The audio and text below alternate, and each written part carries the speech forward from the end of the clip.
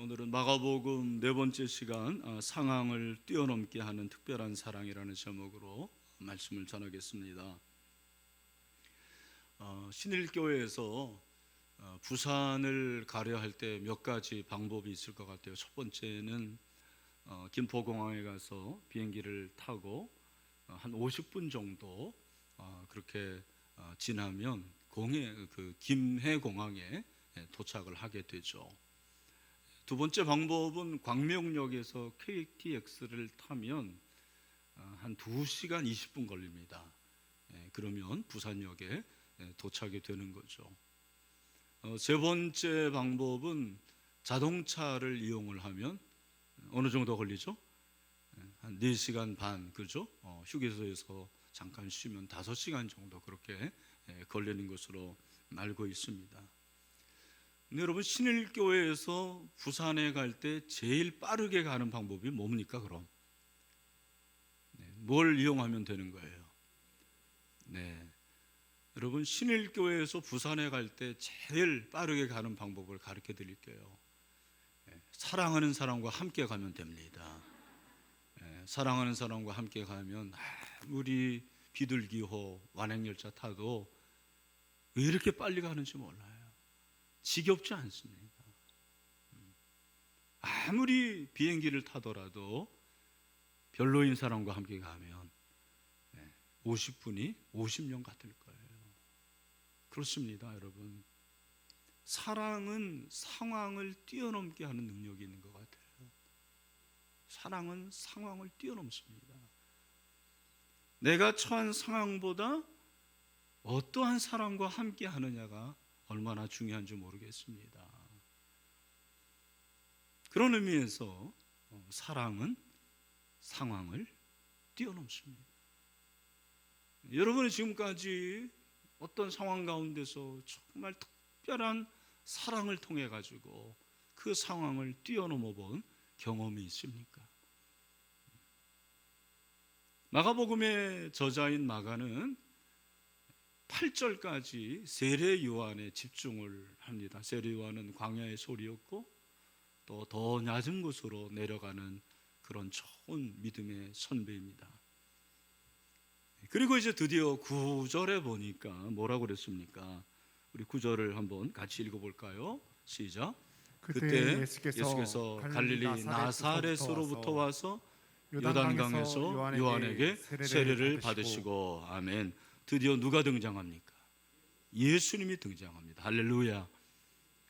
마가복음의 주인공 예수님이 등장을 하는 거예요. 그런데 언제 등장을 하시죠? 여기 보니까 그때가 뭐예요? 8절을 말하는 거죠. 바로 세례 요한이 세례를 베풀 때를 말하는 거예요. 그럼 어디에서 나타나셨죠? 9절을 다시 보니까 어디에? 요단강. 나사렛에서 요단강, 갈릴리 나사렛에서 요단강은 그렇게 멀지 않아요. 여기 사진에 나올 텐데 멀지 않은 곳입니다. 그러니까 유대의 땅은 헬몬산에서 물이 내려와서 갈릴리 호수가 되고, 갈릴리 바다에서 호수죠, 사실은. 물이 요단강으로 흘러내리고 그게 사해가 되는 거예요. 근데 여러분들이 오늘 예수님이 요한이 세례를 베풀 때 요단강에서 나타나셨다라는 사실에 주목을 해야 됩니다. 그러면 요단강에서 뭘 하신 거예요? 오늘 본문에 보니까 요한에게 뭐를 받으십니까? 세례를 받으셨습니다. 마가는 일부러 그런 것 같아요.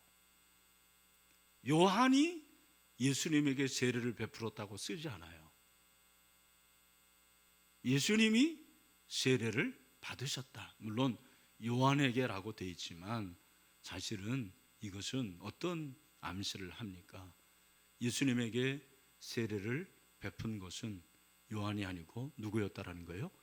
하나님이었다라는 거 맞습니다. 하나님이 그 배후에서 세례를 베풀었다라는 거죠. 오늘도 제가 세례를 베풉니다만 제가 인간이거니가 무슨 세례를 베풉니까? 여러분, 세례를 베푸시는 분은 하나님이신 줄로 믿습니다. 하나님이 세례를 베푸신 거예요. 그래서 예수님이 세례를 받으셨어요. 그렇다면 오늘 우리가 이 본문에서 그런 질문을 해보게 됩니다. 왜 예수님은 세례를 받으셨나? 여러분, 예수님이 왜 세례를 받으셨다고 생각을 하십니까? 세례의 뜻이 뭐죠? 죄 씻음. 예수님은 죄가 있다 없다? 없다. 아멘이시죠? 그럼 왜 예수님이 죄가 없는데도 세례를 받으셔야만 했습니까? 굉장히 중요한 신학적인 질문이고 그리고 어려운 질문일 수도 있습니다. 혹자는 예수님의 엄마가 받으라고 그래서 받았다, 마마보이 같은 생각입니다.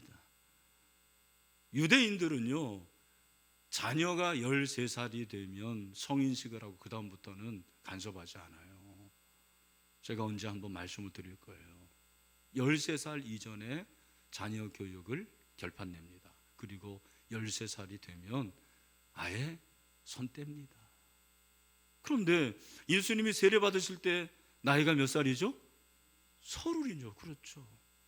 이 정도 나이가 됐는데 무슨 엄마의 간섭을 받습니까? 말도 안 되는 얘기예요. 불신앙을 가진 사람들은 예수님도 봐라, 죄가 있지 않느냐, 인간인 예수님도 죄가 있다, 그러므로 세례를 받아야만 했다라고 해석을 하는 사람들도 있습니다. 불신앙의 사람들이죠. 아주 나쁜 신학입니다. 저는 예수님의 세례의 이유를 예수님의 성품과 연관해서 좀 살펴보려고 합니다. 우리가 이제 마가복음을 보는데 여러분들이 복음서를 볼 때 아주 중요한 몇 가지 원리가 있는데, 첫 번째는 육하 원칙으로 보는 습관을 가져야 돼요. 언제 어디서 누가 무엇을 어떻게 왜, 이게 하나의 사건이기 때문에 그렇습니다.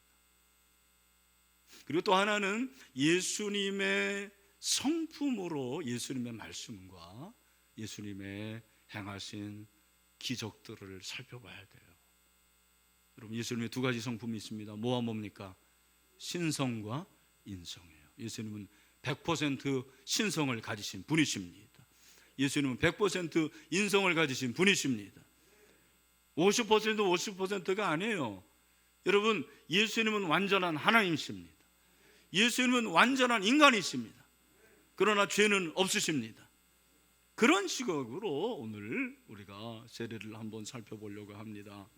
예수님의 세례를 신성으로 볼 때 오늘 이 본문에 보면 예수님의 세례 사건에서 어떤 현상이 일어나고 있습니까?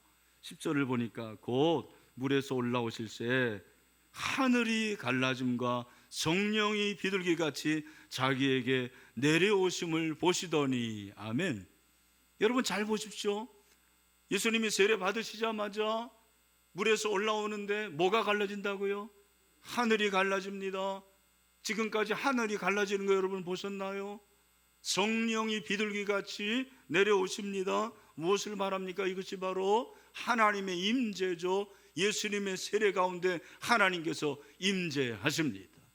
그런데 정확히 말하면 삼위일체의 임재예요. 뭐라고요? 삼위일체의 임재. 여러분, 삼위일체가 뭡니까? 삼위일체라는 것은 성부 하나님, 그다음에 성자 하나님이죠. 예수님이고 성령 하나님이 하나다. 뭐가 하나예요? 영광과 권능과 능력이 하나예요. 한 몸이라는 게 아니에요. 한 마음이 아닙니다. 따라합시다. 영광, 권능, 능력이 하나다. 믿으십니까? 여러분, 하나님의 영광은 성부, 성자, 성령이 같습니다. 하나님의 능력과 권능은 성부, 성자, 성령이 하나입니다.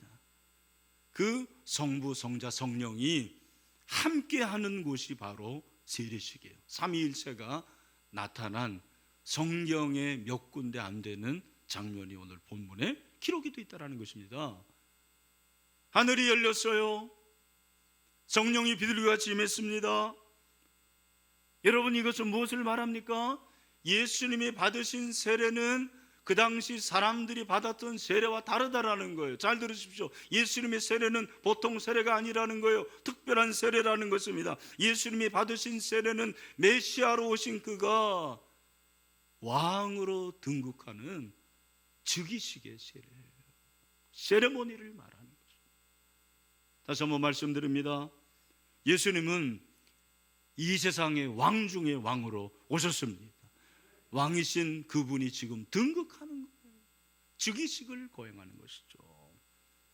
일개 국가의 왕, 대통령이 즉위를 하는 것은 보통 일이 아닙니다. 여러분, 이번에도 윤석열 대통령 당선자가 5월 10일에 취임식을 갖는다고 하는데 벌써부터 준비위원장이 선정이 되고 아마 지금 준비를 열심히 하고 있을 거예요. 예수님의 왕위 즉위식은 인간적으로 볼 때는 너무 초라하고 볼품이 없었어요. 그 흔한 빵빠레 하나가 없었어요. 의장대 서열도 없었습니다. 거기에 무슨 선물이 있었나요? 더군다나 예수님의 왕위 즉위식에는 예수님이 왕좌에 앉지를 않았어요. 권좌라고 그러죠. 여러분은 지금 이렇게 의자에 앉았는데 이 의자에 앉는 게 보통 일이 아닙니다. 고대에는요, 우리처럼 이렇게 평범한 사람 아래 것들은 의자에 못 앉아요. 누구만 앉습니까? 왕만 앉는 거예요. 그래서 왕좌, 권좌라 그러는 거예요. 이 의자가 이렇게 일반화되는 게 얼마 안 됐습니다. 여러분, 이렇게 의자에 앉아서 예배 드리는 거 대단한 일이에요. 옆에 있는 분은 그렇게 얘기해서 당신 대단한 사람이야. 예. 예. 믿지도 않잖아요, 여러분들은. 예. 위대한 사람이에요. 체어맨, 영어로 뭐예요? 의장, 회장이에요. 예수님은 빵빠레 하나도 없이, 의장대 서열도 하나 없이, 왕자에 앉지도 않으시고 규도 하나 없었습니다. 그러나 여러분, 그 예수님의 즉위식을 누가 준비하셨습니까? 하나님이 준비해 주셨습니다. 하늘문이 열렸습니다. 천지가 개벽이 되었습니다. 하늘문이 열렸습니다. 성령이 비둘기같이 임했습니다. 이 세상에 어떠한 대통령이나 왕이 이러한 즉위식을 한 분이 있습니까? 신적인 왕의 즉위식, 메시아로 오신 그분이 왕이 되신 것입니다. 여러분, 예수님은 왕 중에 왕이십니다. 결정적으로 이 사실을 선포하는 거예요. 누가? 하나님이 선포하십니다.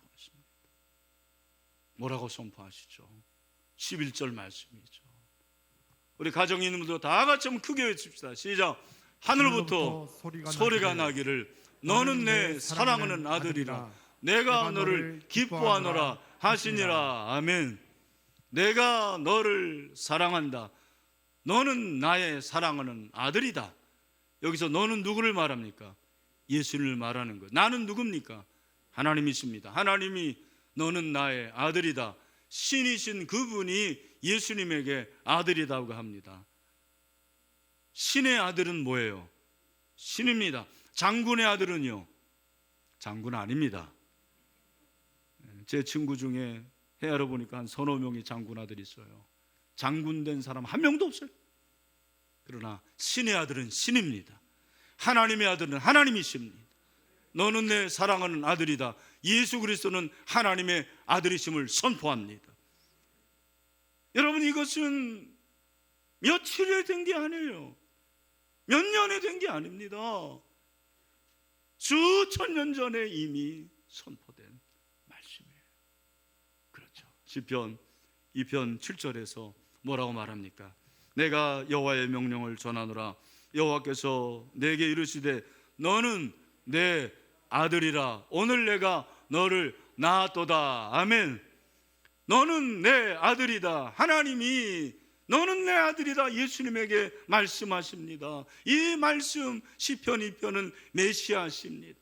예수님이 메시아로 오실 것을 예언한 것이죠. 그 메시아가 왕이 될 것을 선포하신 것입니다.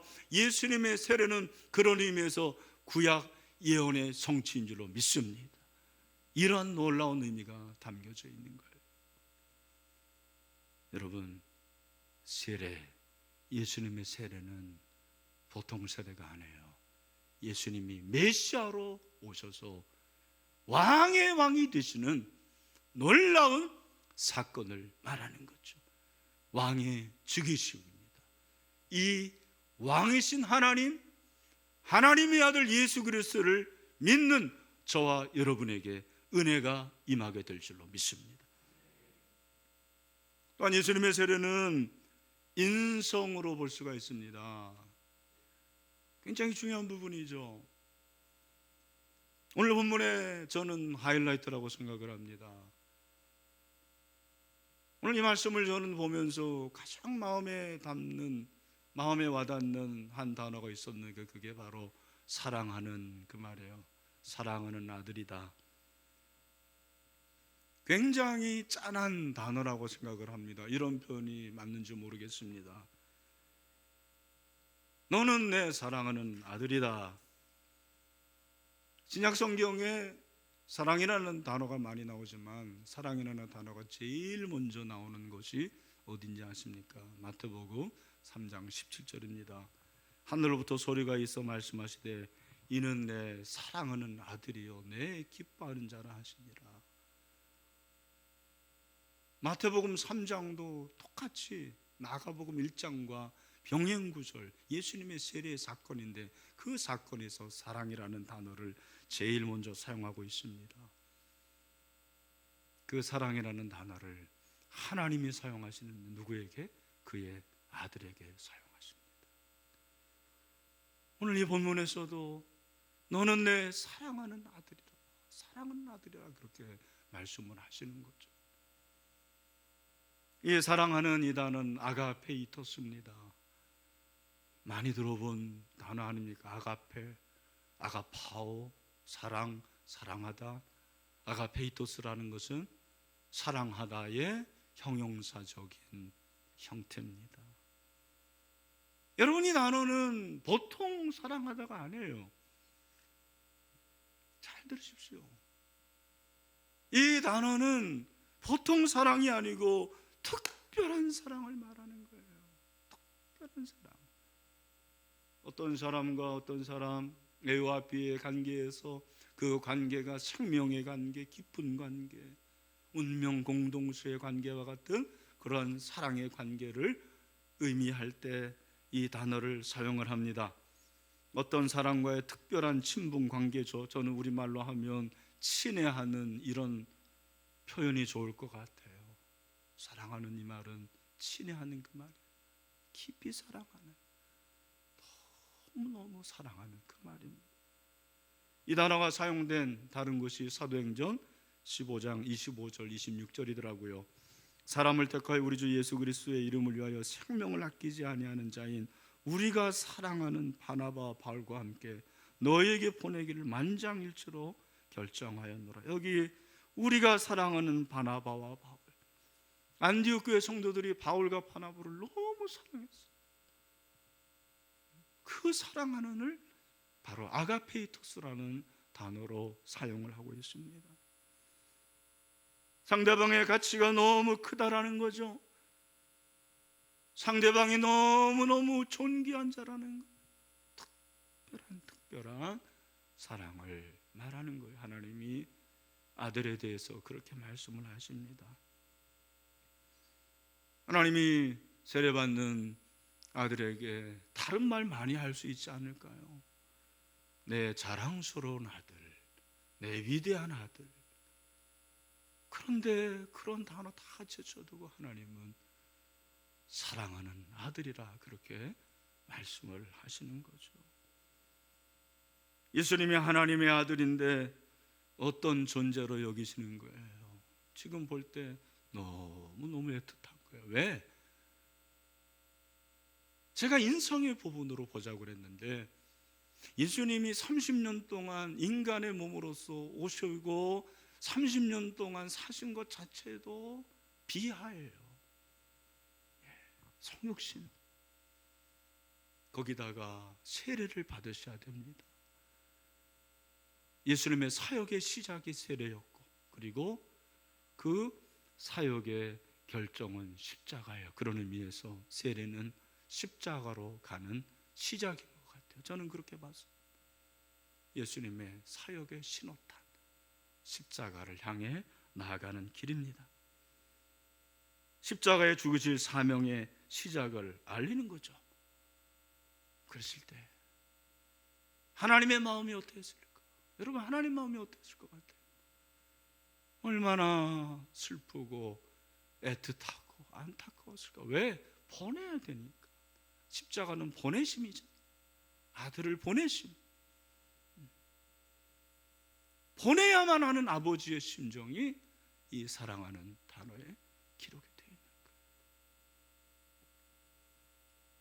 저와 여러분 같은 인간이 어떻게 이 마음을 눈꽃만큼이나 알 수 있을까요? 죽었다 깨나도 우리는 그 심정을 알 수가 없어요. 근데 저는 설교를 준비하면서 눈꽃만큼이라도 알 수 있는 그런 때가 있다라는 생각이 들었어요. 언제냐? 여기 아들을 군대에 보내신 부모님들 있을 거예요. 어떤 심정입니까? 이야, 이거 보내야 되는데 보내야 되나? 이 아들을 둔 부모의 마음은 이게 참 그렇습니다. 저도 재원이를 군대에 보냈는데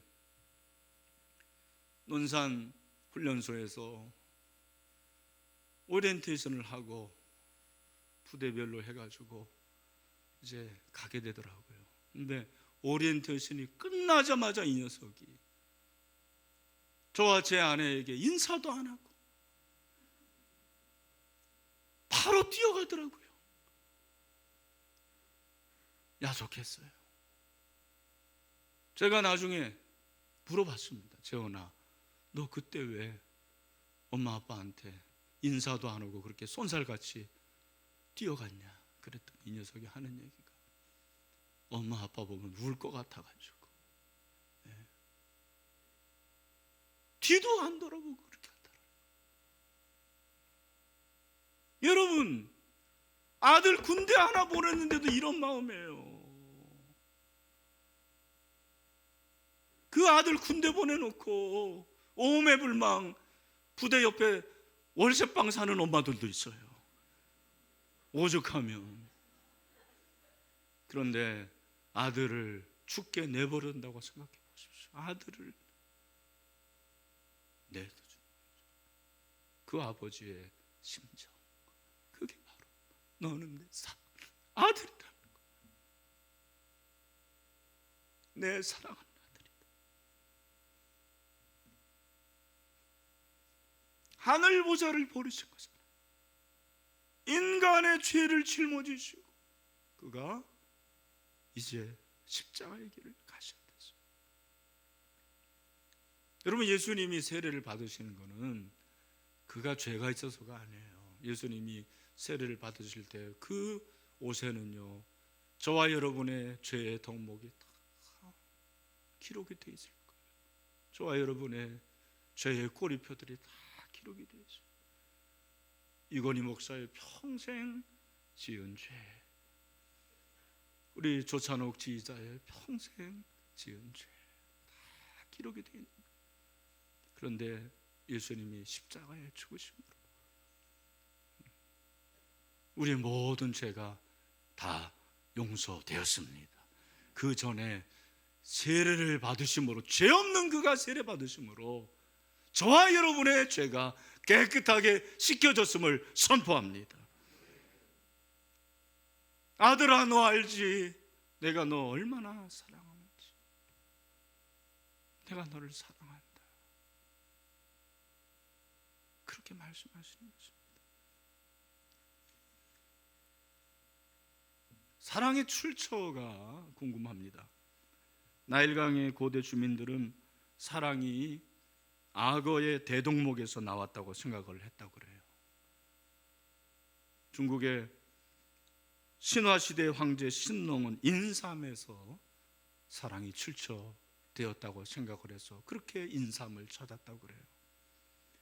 아즈텍 민족은 저 남미죠. 엄청난 뜨거운 초콜릿에서 사랑이 나왔을 것이다. 그래서 아마 바렌타인데이 때 초콜릿을 주고 받는지 모르겠습니다. 근데 성경은 사랑의 출처는 하나님이시라고 말씀하십니다.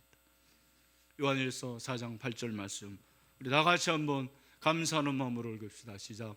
사랑하지 아니하는 자는 하나님을 알지 못하나니 이는 하나님은 사랑이심이라. 아멘. 이는 하나님은 사랑이심이라. 이는 하나님은 사랑이심이라. 여러분, 예수님의 이 십자가의 사랑 바로 하나님에게서 나온 줄로 믿습니다. 우리가 구원받을 수 있고 용서받고 죄 씻음 받을 수 있는 유일한 근거, 이 모든 사랑의 근원이 바로 예수님에게 있다는 것을 믿으시길 바랍니다. 예수님이 받으신 그 세례는 이런 놀라운 의미가 담겨져 있는 거예요. 예수님이 이렇게 세례를 받으심으로 예수님은 하나님의 의를 이루었습니다. 하나님의 의를 이룬 거예요. 그렇다면 우리가 어떻게 살아야 될까? 우리가 예수님이 이렇게 놀라운 사랑을 주셨구나, 감사하다, 놀랍다, 여러분 이것으로 끝나야 될 거 아닙니다. 제가 말씀드렸죠. 이 아가페이토스라는 것은 아가파오 동사의 형용사 형태입니다. 사랑은 동사여야 돼요. 사랑은 뭐라고요? 동사여야 돼요. 우리 사랑하는 신의 성도 여러분, 이 주님의 사랑을 받았기에 저와 여러분들도 주님을 특별히 사랑하게 되기를 간절히 소망합니다. 우리 주님은 하나님을 너무 사랑해 주셨어요. 한 번도 불충한 적이 없어요. 성부를 너무 사랑하셔서 그 피곤한데도 새벽에 나가셔서 하나님을 만나고, 십자가를 앞두고도 하나님께 나아갔고요. 결국 하나님을 사랑하는, 아버지를 사랑하는 그 사랑이 끝까지 성자를 통해서 이루어지는 것을 볼 수가 있습니다. 사랑하는 우리 신의 성도 여러분, 저와 여러분이 주님을 더 사랑하시기를 간절히 소망합니다. 주님도 사랑합시다. 특별히 사랑합시다. 저는 이 마가복음을 준비하면서요, 복음서가 너무 좋은 것 같아요. 너무너무 좋습니다. 제가 이번 금요일에도 제가 기도를 하는데요, 이 가정에서 예배드리는 분들 현장에 한번 나와봐야 돼요. 이 현장의 이 현장성을 집에서는 죽었다 깨나도 느낄 수가 없어요.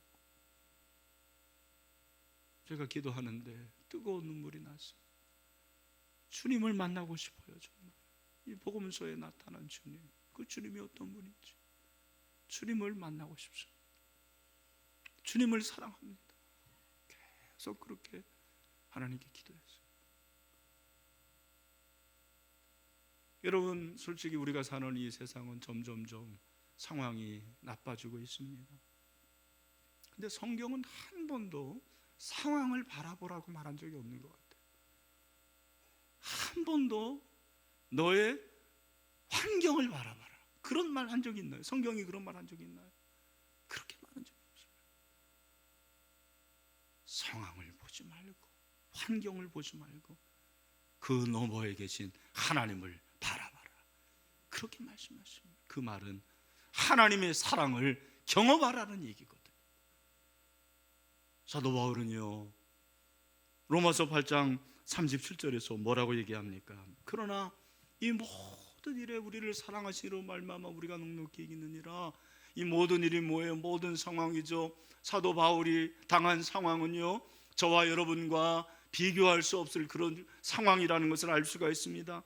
35절을 보면은요, 그의 상황이 나타나 있습니다. 무엇입니까? 환난, 공고, 박해, 기근, 적시는 뭐냐면 가난한 거, 헐벗는 거, 위험입니다. 가래입니다. 여러분, 저와 여러분이 이러한 환경에 있는 사람이 누가 있습니까? 그런데 사도 바울은 이 모든 환경 가운데서도 넉넉히 이긴다고 그렇게 말씀하셨어요.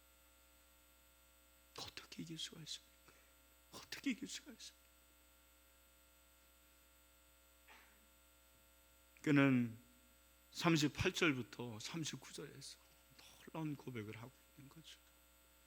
우리 다 같이 한번 이 고백을 정말 우리의 고백, 나의 고백으로 같이 읽었으면 좋겠습니다. 고백합시다. 시작. 내가 확신하노니 사망이나 생명이나 천사들이나 권세자들이나 현재일이나 장래일이나 능력이나 높음이나 깊음이나 다른 어떤 피조물이라도 우리를 우리 주 그리스도 예수 안에 있는 하나님의 사랑에서 끊을 수 없으리라. 아멘. 하나님의 사랑에서 끊을 수 없는 줄로 믿습니다. 상황이 어려울수록 하나님의 사랑을 체험해야 된다는 거예요. 제가 21년째 목회하지만 지금까지 상황이 좋았던 적은 한 번도 없습니다. 여러분도 그렇지 않습니까? 지금까지 살면서 나는 진짜 그때 상황이 좋았어, 너무너무 좋았어, 그럴 때가 몇 번이나 있습니까? 상황은 늘 안 좋아요. 그게 현실입니다. 그러나 상황은 힘들지만 그 상황 너머에서 나와 함께 하시고 나를 도와주시는 하나님의 사랑을 체험하고 하나님을 사랑하면 사랑할수록 그 상황이 사랑 가운데 함몰되는 거예요. 그 모든 상황이 하나님의 사랑 안에 다 갇혀버리게 되는 거죠. 사랑하는 성도 여러분, 이 하나님의 사랑을 체험하시기를 바랍니다. 그 하나님을 더 사랑하시기를 바랍니다. 특별히 사랑하십시오. 목사님 또 내가 아는 소리 하는구나, 그런 사람들은요 집에 가세요. 그러면 안 됩니다. 하나님을 더 특별하게 사랑하는 코로나가 되기를 주님의 이름으로 축원합니다. 또 한 가지, 이 사랑을 받았으므로 우리가 이웃을 사랑해야 돼. 우리 주님은요 십자가 앞에서도 사랑을 강조합니다. 죽음보다 더 큰 상황이 어디 있습니까? 그러나 요한복음 13장 34절 35절에서 우리에게 말씀하시는 거죠. 뭐라고 말합니까? 새 계명을 너희에게 주노니 서로 사랑하라. 내가 너희를 사랑한 것이 너희도 서로 사랑하라. 너희가 서로 사랑하면 이로써 모든 사람이 너희가 내 제자인 줄 알리라. 아멘. 여러분, 아무리 힘들어도요 내가 누군가의 사랑을 받는다고 생각하면 용기가 100배가 되는 거예요. 제가 늘 말씀드립니다. 사람이 자살하는 이유는 나를 사랑하는 사람이 한 명도 없는 것처럼 느껴지기 때문이라는 거예요. 여러분 누군가를 사랑하잖아요. 그 사람은 다른 사람을 살릴 수 있는 거예요. 저는 이번에 이 코로나 가운데서 얼마나 성도들의 사랑을 받았는지 몰라요.